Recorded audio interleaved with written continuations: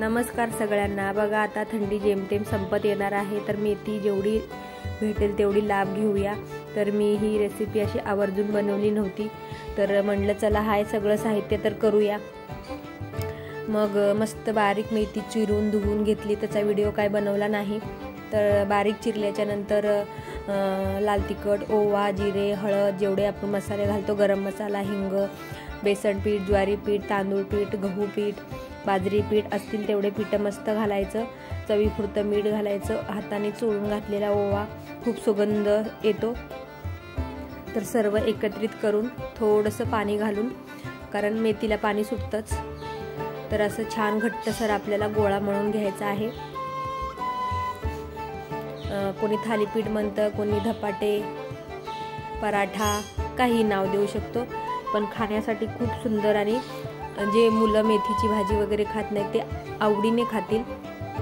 दह्याबरोबर खा, sauce, jam, तुम्हाला जसं आवडेल त्याबरोबर खा।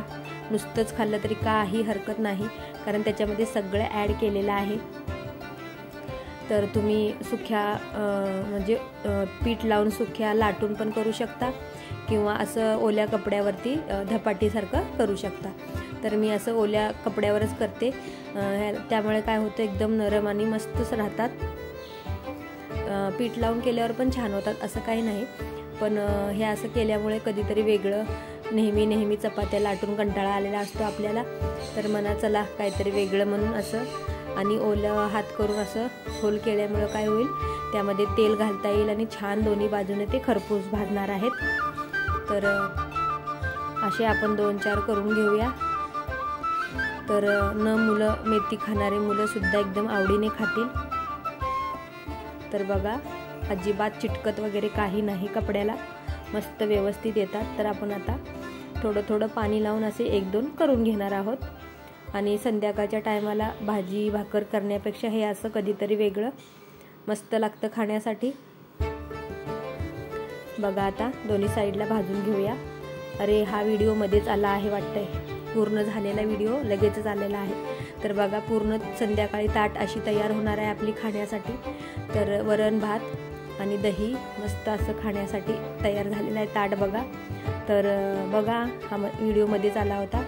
तर दोन्ही साईडला छान असं खरपूस भाजून घेणार आहोत।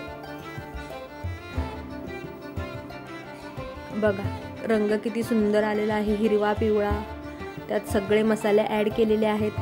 चव पण खूप छान आहे, ओवा असल्यामुळे तर हर एक पदार्थांना चव आणखीन दुगणी वाढते। तर एकदम छोटीशी रेसिपी आहे, पटकन होणारी।